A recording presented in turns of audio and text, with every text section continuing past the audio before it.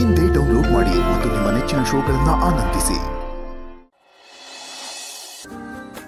ಲೈಫಲ್ಲಿ ಯಾರಾದರೂ ತುಂಬ ದೊಡ್ಡ ಅಚೀವ್ಮೆಂಟ್ ಮಾಡಿದರೆ ಅದ್ರ ಹಿಂದೆ ಒಂದು ರೀಸನ್ ಇದ್ದೇ ಇರುತ್ತೆ. ಅದು ನನಗೆ ಇವಾಗ ಅರ್ಥ ಆಗ್ತಾ ಇದೆ. ಭಾವ ತುಂಬಾನೇ ಗ್ರೇಟ್. ಆದರೆ ನನಗೆ ಒಂದು ಅರ್ಥ ಆಗ್ತಾ ಇಲ್ಲ, ನೀವ್ಯಾಕೆ ಗ್ರೇಟ್ ಆಗೋದಕ್ಕೆ ಟ್ರೈ ಮಾಡ್ತಿದ್ದೀರಾ ಅಂತ.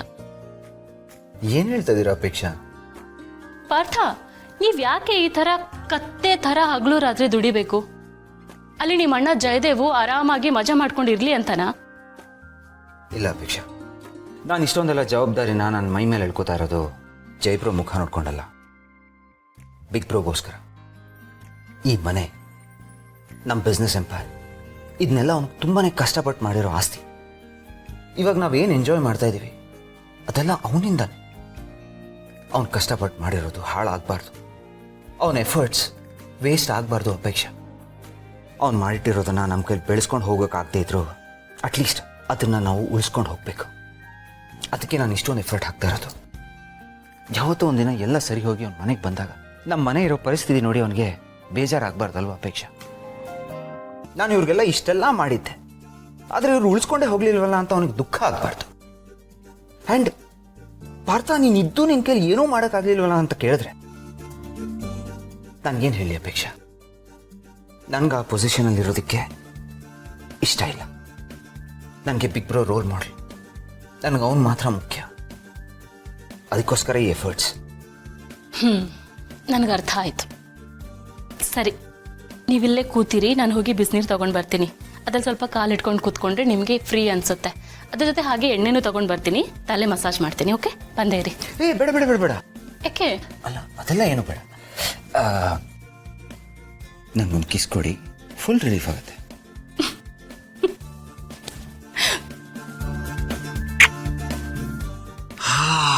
ನೋಡಿದ್ರಾ, ಫುಲ್ ರಿಲ್ಯಾಕ್ಸ್ ಆಗೋಯ್ತು.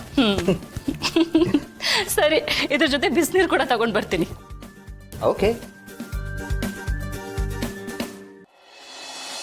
ಬಿಸಿ ಕಾಫಿ.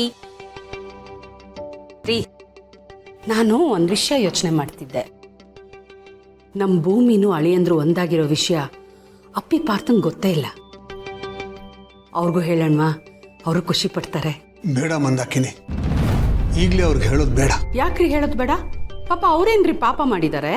ನೀನು ಬರೀ ಅವ್ರ ಬಗ್ಗೆ ಮಾತ್ರ ಯೋಚನೆ ಮಾಡ್ತಾ ಇದೀಯಾ. ಅವ್ರ ಸುತ್ತ ಇರೋರ ದೃಷ್ಟಿಯಿಂದ ಯೋಚನೆ ಮಾಡು. ನೋಡು ಮಂದಾಕಿನಿ, ಅಪೇಕ್ಷಾಗೆ ಪಾರ್ಥಾಗೆ ವಿಷಯ ಗೊತ್ತಾದ್ರೆ, ಅಂದ್ರೆ ಆ ಶಕುಂತಲ ಜಯದೇವ್ಗೂ ವಿಷಯ ಗೊತ್ತಾಗುತ್ತೆ. ಅದರಿಂದ ಏನಾಗತ್ತೆ ಅಂತ ಯೋಚನೆ ಮಾಡು. ಹಾಗಾಗಬಾರ್ದು ಅಂತಾನೆ ನಾನು ಅವ್ರಿಗೆ ಹೇಳಬೇಡ ಅಂತ ಹೇಳ್ತಾ ಇರೋದು. ಹೌದಲ್ಲ, ಈ ರಾಹು ಕೇತುಗಳಿರೋದೇ ನಾನು ಮರ್ತ್ಬಿಟ್ಟಿದ್ದೆ. ಅದಕ್ಕೆ ನಾನು ಹೇಳಿದ್ದು ಅವ್ರಿಗೆ ಹೇಳೋದು ಬೇಡ ಅಂತ. ಅವರ ಮೇಲೆ ಇನ್ನೇನೇನು ತೊಂದರೆ ಮಾಡ್ತಾರೋ ಏನೋ. ಅಳಿಯಂದ್ರು ಭೂಮಿ ಇಷ್ಟು ದಿವಸ ದೂರ ದೂರ ಇದ್ರು, ಈಗ ಒಂದಾಗಿದ್ದಾರೆ. ಅವರು ಒಂದಾಗೋದು ಅವ್ರಿಗೆ ಒಪ್ಪಿಗೆ ಇಲ್ಲ, ಅವರದನ್ನು ಸಹಿಸ್ಕೊಳಕ್ಕಾಗೋದಿಲ್ಲ.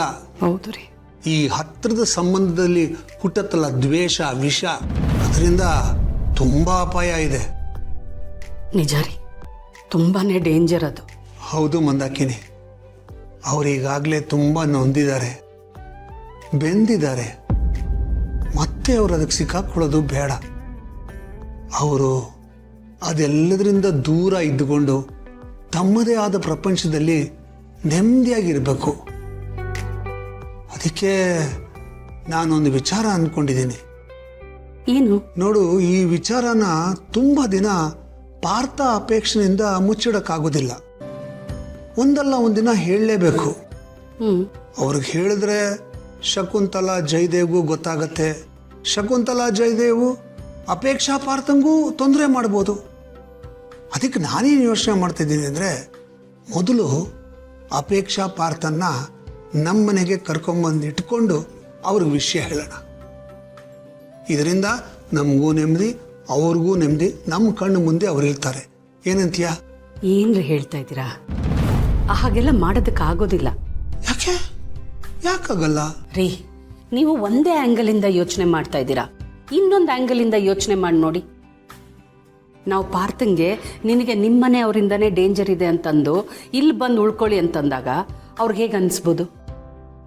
ಅದು ಅಲ್ಲದೆ ಅತ್ತೆ ಮಾವನ ಮನೇಲಿ ಬಂದು ಉಳ್ಕೊಳ್ಳಿ ಅಂತ ಅಳಿಯಂದ್ರಿಗೆ ಹೇಳೋದು ಎಷ್ಟು ಮಟ್ಟಿಗೆ ಸರಿ ಇರುತ್ತೆ ಹೇಳಿ? ಅವ್ರಿಗೂ ಬೇಜಾರಾಗತ್ತಲ್ವೇನ್ರಿ? ಆಮೇಲೆ ಈ ವಿಷಯ ಭೂಮಿಕಾ ಅಳಿಯಂದ್ರಿಗೆ ಗೊತ್ತಾದರೆ ಅವರು ಬೇಜಾರು ಮಾಡ್ಕೋತಾರೆ. ನೀನು ಹೇಳೋದು ಸರಿನೇ. ಈಗೇನು ಮಾಡೋದು? ಇಲ್ಲ ರೀ, ನೀವು ಹೇಳ್ತಾ ಇರೋದು ಒಂದು ರೀತಿಲಿ ಸರಿಯೇ ಇದೆ. ಆದರೆ ಇದು ಏನು ಮಾಡೋದು ಅಂತ ನನಗೂ ಗೊತ್ತಾಗ್ತಾ ಇಲ್ಲ. ತುಂಬ ಕನ್ಫ್ಯೂಸಿಂಗ್ ಆಗಿದೆ.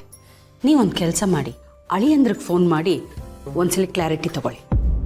ಹಾಂ, ಇದು ಒಳ್ಳೆ ಉಪಾಯ. ಹಾಂ, ನಾನು ಅಳಿಯಂದ್ರ ಹತ್ರ ಒಂದ್ಸಲಿ ಮಾತಾಡ್ತೀನಿ. ಅವ್ರೇನು ಹೇಳ್ತಾರೆ ಕೇಳೋಣ.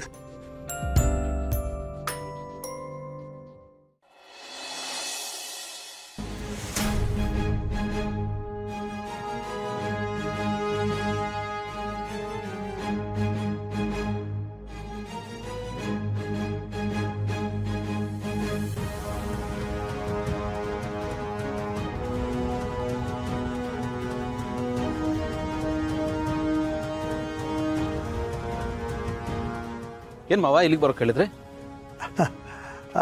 ಏನಿಲ್ಲ, ನಾನು ದೇವಸ್ಥಾನಕ್ಕೆ ಹೋಗಿದ್ದೆ, ಪ್ರಸಾದ ಕೊಡೋಣ ಅಂತ ಕರೆಸ್ದೆ ಅಷ್ಟೇ. ಪ್ರಸಾದ ಕೊಡೋದಕ್ಕೆ ಅಂತ ಇಲ್ಲಿಗೆ ಬರೋಕೆ ಹೇಳಿದ್ರ? ಮನೆಗೆ ಬರೋದಲ್ವ, ಅಲ್ಲೇ ತಂದು ಕೊಡ್ಬೋದಾಗಿತ್ತು. ಅದು ಅಳಿಯಂದ್ರೆ, ಈ ಪ್ರಸಾದ ಅನ್ನೋದು ನೆಪ ಅಷ್ಟೇ. ನಿಮ್ಮ ಹತ್ರ ಸ್ವಲ್ಪ ಮುಖ್ಯವಾದ ವಿಚಾರ ಮಾತಾಡಬೇಕಾಗಿತ್ತು. ಹೇಳಿ. ಅಳಿಯಂದ್ರೆ, ನಮ್ಮ ಭೂಮಿಕಾ ನಿಮ್ಮ ಹತ್ರ ಎಲ್ಲ ಹೇಳ್ಕೊಂಡಿದ್ದಾಳ. ಅವಳು ಹೇಳ್ಕೊಂಡಿಲ್ಲ ಅಂದರೆ ನಾನು ಹೇಳೋಣ ಅಂತ. ಎಲ್ಲ ಹೇಳ್ಕೊಂಡಿದ್ದಾರಲ್ಲ, ಯಾವ ವಿಷಯದ ಬಗ್ಗೆ ಹೇಳ್ತಾ ಇದ್ದೀರಾ ನೀವು? ಅಪೇಕ್ಷಾ ವಿಚಾರ ಮಾತಾಡಿದಾಳ. ಅಪೇಕ್ಷಾ ಬಗ್ಗೆನಾ? ಏನು? ನೋಡಿ ಅಳಿಯಂದ್ರೆ, ನೀವು ಭೂಮಿಕಾ ಒಂದಾಗಬೇಕು ಅನ್ನೋದು ನಮಗೆ ಆಸೆ ಇತ್ತು. ಆ ಆಸೆ ಈಡೇರ್ತು ಅನ್ನೋ ಖುಷಿ ಇದೆ. ಅದೇ ಥರ ಅಪೇಕ್ಷಾಗೂ ನೀವಿಬ್ರು ಒಂದಾಗಬೇಕು ಅನ್ನೋ ಆಸೆ ಇರುತ್ತಲ್ವಾ? ಆದರೆ ಅವಳಿಗೆ ಆ ವಿಚಾರನೇ ಗೊತ್ತಿಲ್ಲ. ನಾವು ಹೇಳಕ್ ಹೋಗಿಲ್ಲ. ಯಾಕೆ ಅಂದರೆ ಅವಳಿಗೆ ವಿಚಾರ ಗೊತ್ತಾದರೆ ಸಹಜವಾಗಿ ಆ ಮನೇಲಿ ಎಲ್ರಿಗೂ ಆ ವಿಷಯ ಗೊತ್ತಾಗತ್ತೆ.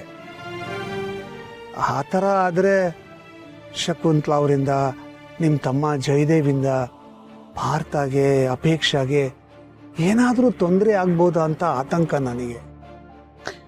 ನಿಮ್ಮ ಕಾಳಜಿ ನನಗೆ ಅರ್ಥ ಆಗುತ್ತೆ ಮಾವ. ಬಟ್ ನೀವು ಯಾಕೆ ಚಿಂತೆ ಮಾಡ್ತೀರಾ? ಅವ್ರಿಗೆ ಏನು ಬೇಕೋ ಎಲ್ಲ ಬರ್ಕೊಟ್ಟು ಬಂದಾಗಿದೆಯಲ್ಲ, ನಿಮ್ಗೆ ಯಾಕೆ ಹೀಗೆ ಅನ್ನಿಸ್ತಾ ಇದೆ? ತಂದೆ ಆದಮೇಲೆ ಆತಂಕ ಇದ್ದೇ ಇರುತ್ತಲ್ವ ಅಳಿಯಂದ್ರೆ. ಅದು ಅಲ್ಲದೆ ಭೂಮಿಕಾದು ನಿಮ್ಮದು ಜೀವನ ಸರಿ ಮಾಡೋ ಭರದಲ್ಲಿ ಎಲ್ಲಿ ಅಪೇಕ್ಷಾ ಜೀವನ ಏರ್ಪೇರಾಗ್ಬಿಡುತ್ತೋ ಅಂತ ಆತಂಕ ನನಗೆ. ಅದಕ್ಕೆ ಅವ್ರನ್ನ ನಮ್ಮನೆ ಕರ್ಸ್ಕೊಂಬಿಡೋಣ ಅಂತ ಯೋಚನೆ ಮಾಡ್ತಾ ಇದ್ದೀನಿ. ನಿಮ್ಮ ಅಭಿಪ್ರಾಯ ಏನು ಅಂತ ಕೇಳಕ್ಕೆ ಕರೆಸ್ದೆ.